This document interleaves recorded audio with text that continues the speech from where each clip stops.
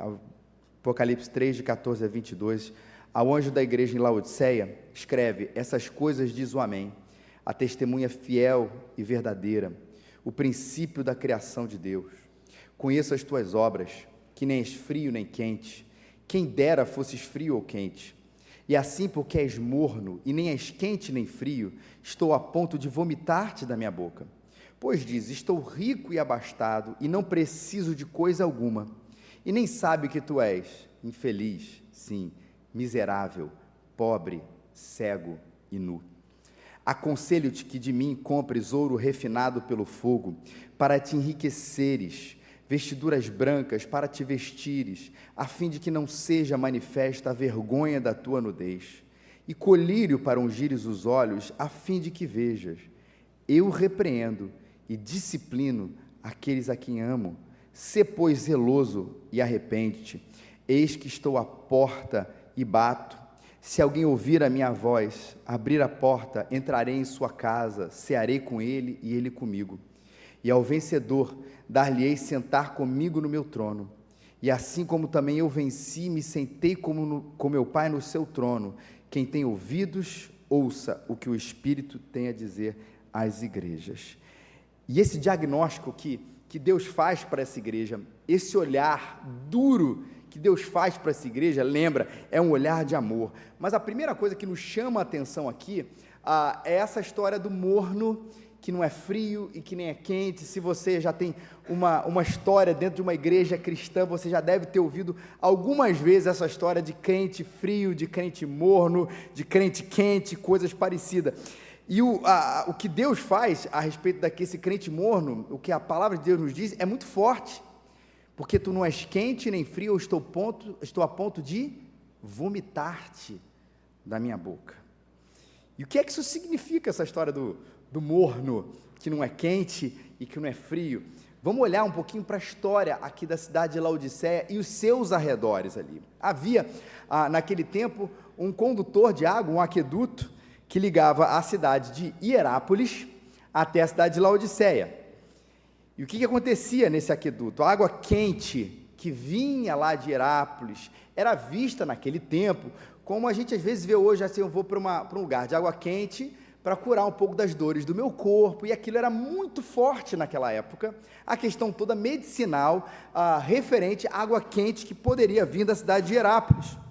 O problema é que quando ela saía dessa cidade e chegava em Laodiceia, ela não chegava mais quente, ela chegava morna.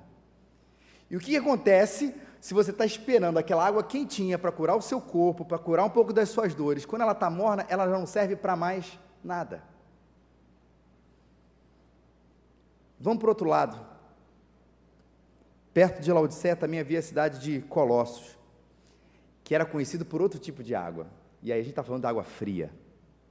Mas a água fria, não pense na questão do crente frio, ou crente que está distante de Deus, ou que está com o coração desaquecido em relação à palavra de Deus. Pense na água fria mesmo. Para que ela servia naquele momento? Ora, para matar a sede. Num dia de calor, num dia dos 40 graus cariocas de Laodiceia, as pessoas procuravam aquela água fresca, natural, gostosa, para matar a sua sede, para aliviar o calor do seu dia a dia. A água morna tinha o mesmo valor quando alguém procurava essa água fria, gostosa, gelada para você tomar? Não. E o que Apocalipse está querendo dizer aqui para a gente é exatamente traçar esses três lugares da água. Uma para cura, outro para matar a sede, e a morna no meio, que não é nem isso e nem aquilo, ou seja, ela não serve para absolutamente nada. Era isso que Deus estava querendo dizer ali para a igreja de Laodiceia.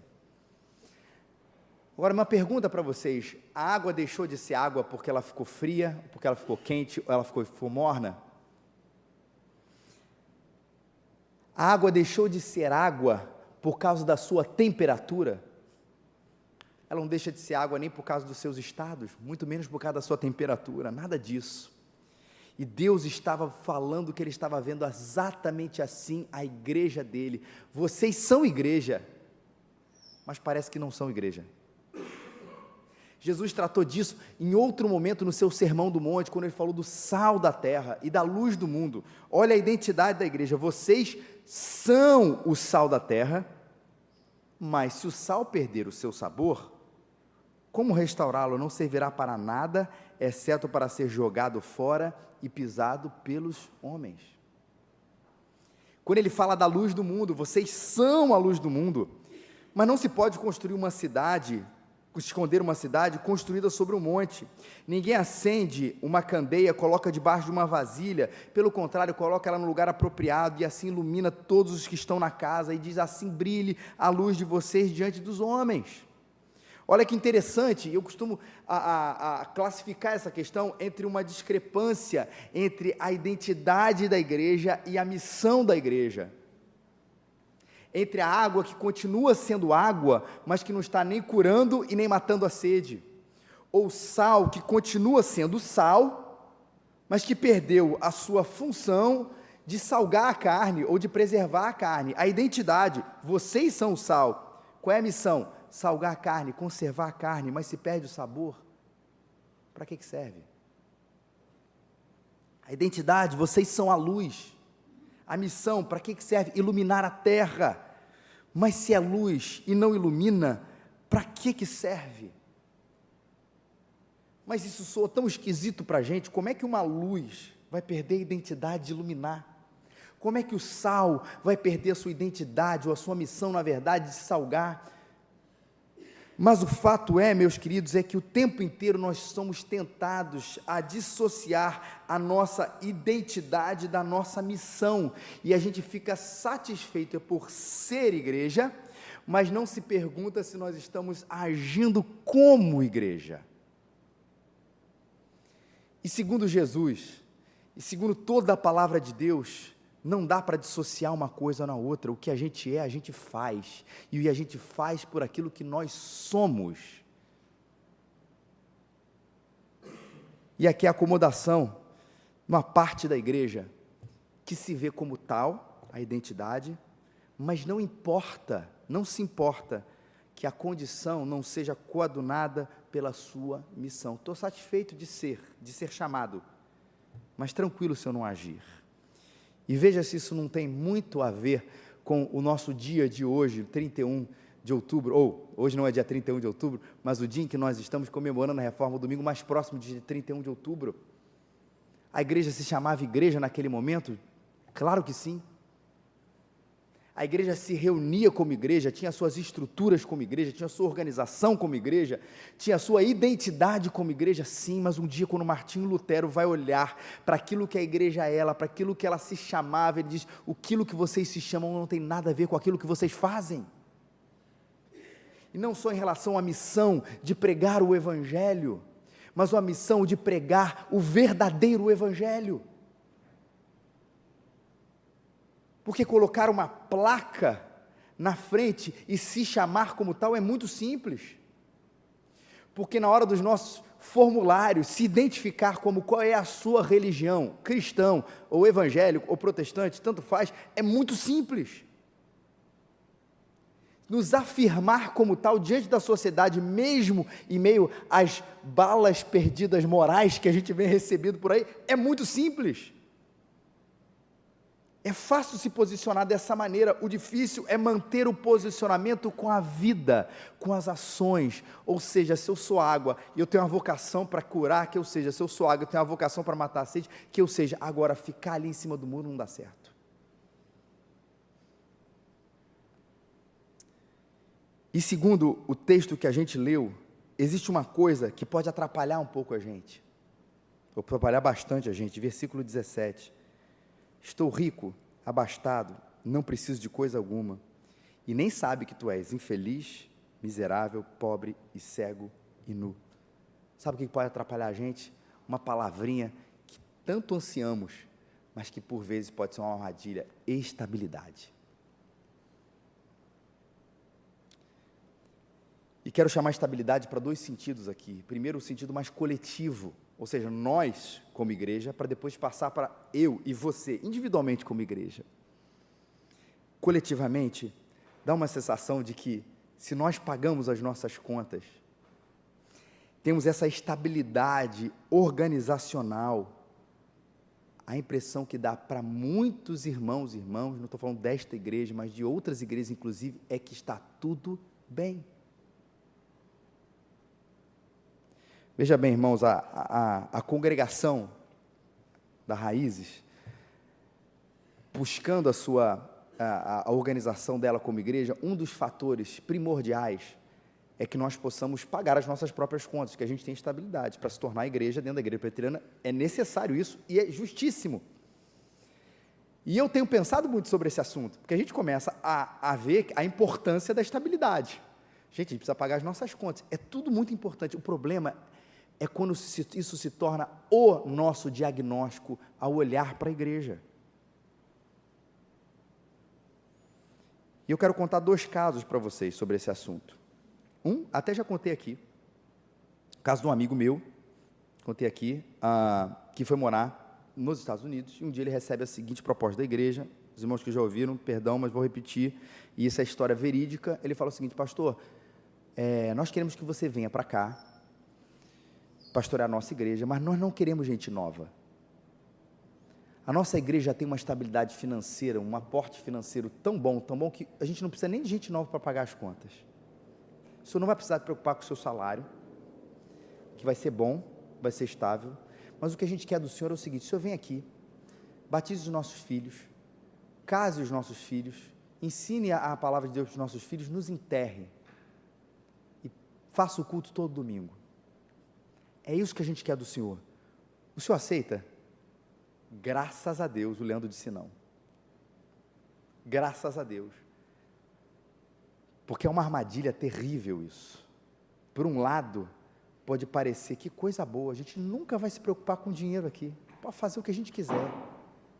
Mas que, por um lado, como essa estabilidade tirou a igreja da centralidade do evangelho, do rumo da palavra de Deus. Outro fato, uma igreja um pouco mais próxima de nós aqui, que um dia foi questionada sobre a sua saúde espiritual. Olha, está acontecendo isso, tem muita gente saindo, enfim, o que está acontecendo? Um representante dessa igreja vieram falar com um representante de outra liderança e disseram a seguinte frase, ou parafraseando eles: olha, estamos bem, nossas contas estão em dia, não precisamos da ajuda de vocês. Ok, muito obrigado. O time que queria ajudar tirou o seu time de campo, porque aquela igreja pensou um dia que por causa das suas contas pagas, ela estaria tranquila e feliz. Resultado, hoje é uma igreja fechada.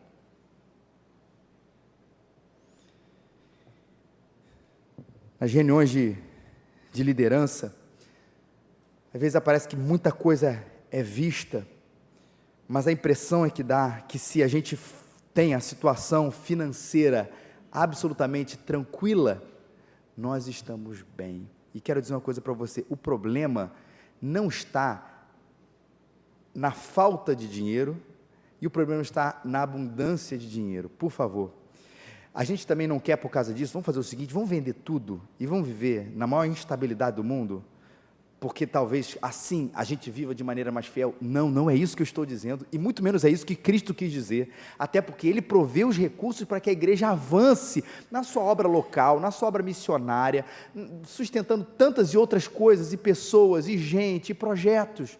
A questão não é isso, a questão é quando se torna o nosso olhar, o nosso indicativo de saúde espiritual, e Cristo está olhando para essa igreja e dizendo assim: vocês estão olhando para aquilo que vocês possuem, e achando que vocês estão bem, mas quando na verdade, ao invés de serem ricos, vocês são extremamente pobres.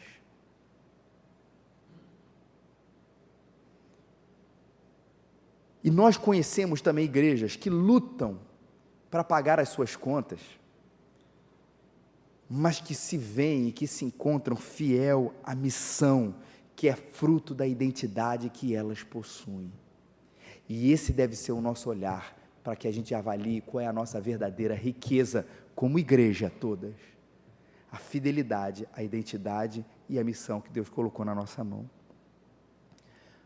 Mas quero tirar do âmbito coletivo e trazer para a gente, para o seu coração, para o meu coração, para a nossa pessoalidade. E aí eu vou contar uma das histórias mais famosas e mais conhecidas do pastor John Piper. Ele contou uma vez, e é uma história verídica, que um dia ele recebeu uma notícia de um casal de missionários, com 80 anos de idade, que um dia, dirigindo o carro numa estrada, lá em Camarões, na África, o freio dele deu problemas, eles caíram de um precipício, aos 80 anos de idade, e vieram a falecer. John Piper diz que, ato contínuo, ele pega uma revista, aquelas seleções, e começa a ver a história de um outro casal idoso. E ele fala desse casal idoso que se aposentou e foi morar no sol da Flórida, que tinha um iate, faziam seus esportes aí semanalmente e passava as suas tardes, e essa é a frase importante, catando as suas conchas na praia. E ele diz que alguém de fora poderia olhar para esse segundo casal de idosos e falar assim: é isso tudo que eu poderia e que eu gostaria de ter. Mas ele chamou a gente para analisar os dois casais e fazer-se a segunda pergunta diante desses dois casais aposentados: qual dos dois desperdiçou a sua própria vida? Quando esse último casal chegar diante de Deus, o Criador dos céus e da terra, ele vai dizer o quê? Senhor, olha aqui as minhas conchas. Senhor, olha aqui o que eu catei na praia durante os dias da minha vida. Enquanto aquele outro casal, que aos 80 anos, morre naquele acidente de carro, ele vai poder dizer para Deus, não porque ele é qualquer coisa, porque o que nós somos por causa de Cristo, mas vai dizer: Senhor, está aqui o meu pecado, está aqui as tuas vestes lavadas no sangue de Jesus, as minhas vestes lavadas no sangue de Jesus, mas está aqui, Senhor, fui fiel à tua missão, obrigado pelo privilégio de contribuir com tudo. Esse primeiro casal não desperdiçou a sua vida. Vocês que cataram conchas, sou rico, tenho prosperado e nada me falta, palavras do texto, mas não sabes que és infeliz, miserável, pobre, cego e nu. E Deus nos ama tanto, irmãos, que Ele deseja tanto que a gente não desperdice a nossa vida.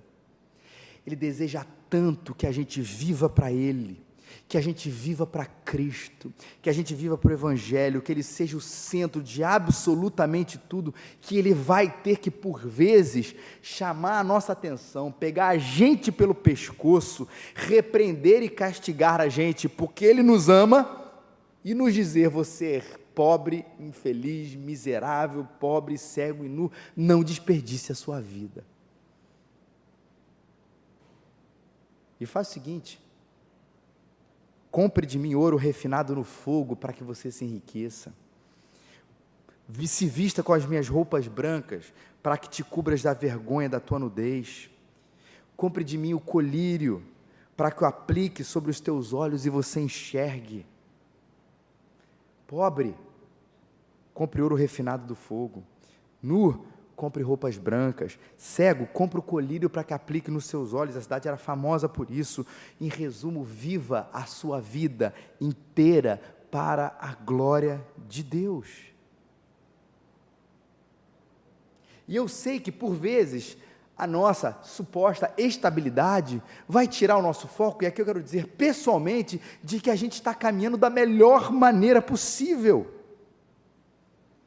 Mas quero dizer uma coisa para você: se você já está satisfeito com a sua vida, imagina quando você dedicar tudo que você é, faz e tem para a glória de Deus. Ou seja, se você se acha rico, experimente o que é o ouro refinado dos céus.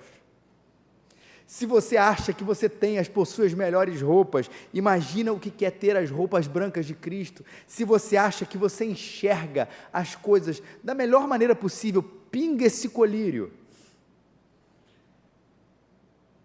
que você vai perceber que um novo olhar vai se abrir diante de você.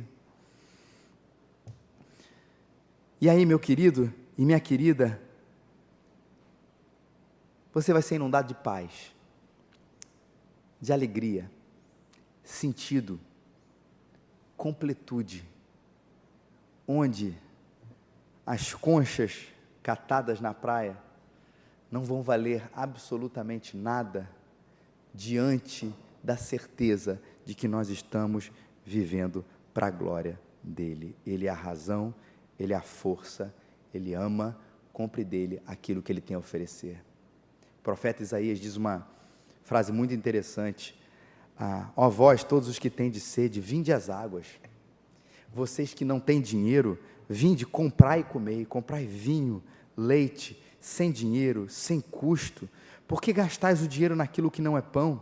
O produto do vosso trabalho naquilo que não pode satisfazer? Ouvi-me atentamente, comei o que é bom, deliciai-vos com finas refeições, inclinai os ouvidos e vinde a mim, ouvi, a vossa alma viverá, farei convosco uma aliança eterna, dando-vos fiéis misericórdias prometidas. E Davi, impressão que esse texto de Isaías e o texto de Apocalipse, eles são um eco um do outro, muito parecidos, daquilo que a gente pode comprar, que na verdade é de graça de Deus, diante daquilo que nós entendemos que é o sentido da nossa vida.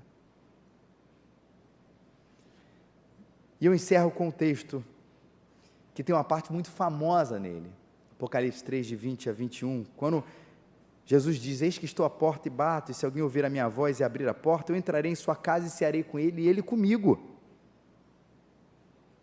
E essa figura de Jesus batendo a porta, ela é muito forte, não é? Especialmente quando a gente descobre que essa carta é dirigida a uma igreja. Quantas vezes a gente não viu esse texto sendo aplicado a uma pessoa que ainda não conhece a Cristo, né? Aquela ideia de que Cristo está batendo na sua porta, você que não conhece e tudo, quando na verdade o texto está sendo escrito por alguém que conhece, para uma igreja. E é forte porque onde ele deveria ser o centro, ele está lá batendo a porta. É forte porque onde ele deveria ser o centro, ele está relegado a um convidado que não consegue entrar.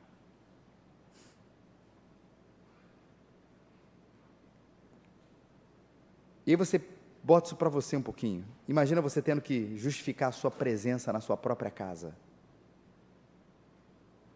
Olha que coisa estranha. Sou eu moro aí dentro. Eu sou o dono disso aí. Você bater na porta e ninguém quer te atender. Não porque não ouviram, porque ninguém quer te atender. Você não faz mais sentido ali dentro. Ou você no dia do seu aniversário. Você chega, tem uma festa, tem bolo, tem tudo isso de melhor, luzes, etc, etc. Mas você está do lado de fora. Ninguém abriu a porta para o aniversariante. Mas vamos fugir aqui da figura do coitadinho, de Jesus dizendo: por favor, me deixa entrar, eu não consigo, eu não tenho a chave. Está falando daquele que é o leão da tribo de Judá. Ele pode entrar onde ele quiser, ele faz o que ele quiser, afinal ele é soberano sobre todas as coisas.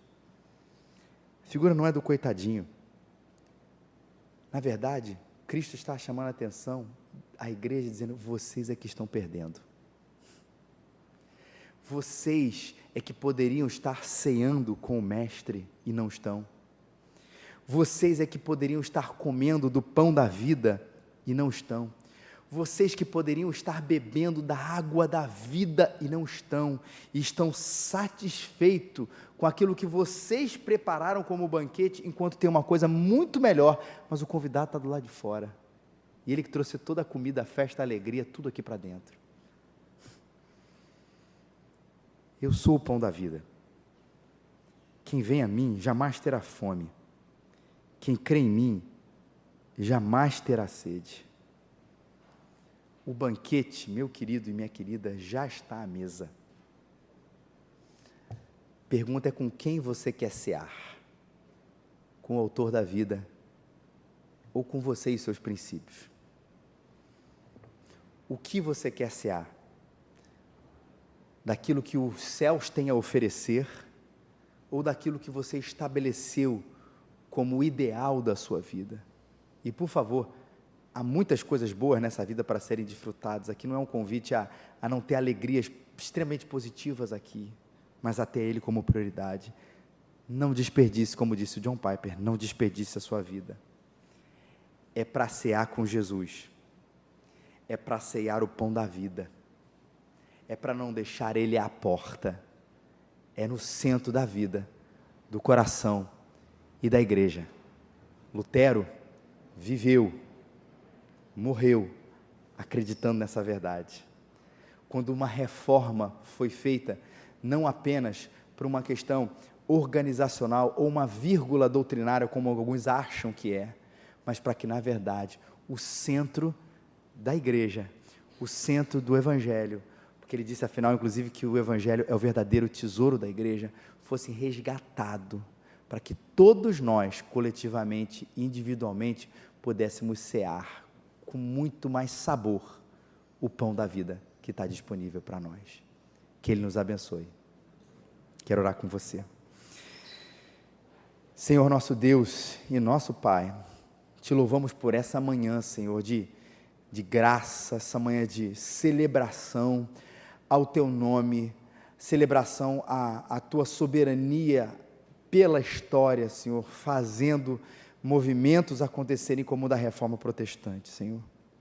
E te agradecemos porque ao longo da história, ao longo da nossa vida, movimentos de arrependimento, de transformação, de volta, o Senhor tem dado isso para a nossa vida também. Obrigado, Senhor, por isso, Pai. E a gente olhando, Senhor, e nós olhando para esse texto, Senhor, queremos, Pai, nos afastar de Laodiceia, Pai. E queremos ver, Senhor, que aquilo que nós somos tem a ver com aquilo que nós fazemos, ó Pai. Obrigado porque somos Teu povo, obrigado porque somos Tua igreja, obrigado porque somos Teus filhos, e por favor, nos põe no rumo, Deus, para que a gente continue a fazer aquilo que Teus filhos devem fazer, a fazer aquilo que Tua igreja deve fazer, a fazer aquilo que Teu povo precisa fazer, Senhor, porque nós fomos chamados apenas a ser e ponto final, mas a partir daquilo que fomos conquistados, ó Deus, proclamar as virtudes daquele que nos chamou, Deus. Não apenas sermos o sal e não sermos a luz, mas iluminarmos e salgarmos, ó Deus. E por favor, nos coloca de volta nisso, Pai, coletivamente, mas pensando também muito individualmente, onde por vezes, ó Deus, somos seduzidos por estabilidade ou por outras coisas parecidas como essa, a olhar para a nossa vida, fazer um diagnóstico dela, achar que está tudo bem, quando na verdade somos extremamente infelizes, pobres, cegos e nus. E que o nosso coração seja arrependido de uma forma e quebrantado de uma forma, que a gente olhe para Cristo, Teu Filho, e veja ali as novas vestes, o melhor ouro, o melhor banquete, a melhor ceia, Senhor. Nos ajuda a ver e a ser isso, Pai. Eu te peço isso, rogando a Tua bênção sobre a nossa vida, nos alegrando, Senhor, aqui pela vida, pelos 50 anos dessa amada igreja, Pai, pela fidelidade que o Senhor tem tido com esta igreja, Deus, para que ela permaneça fiel, louvado e engrandecido seja o Teu nome, Senhor. Obrigado, Pai, por todas as coisas, pela Tua bênção sobre nós, em nome de Jesus que nós oramos. Amém.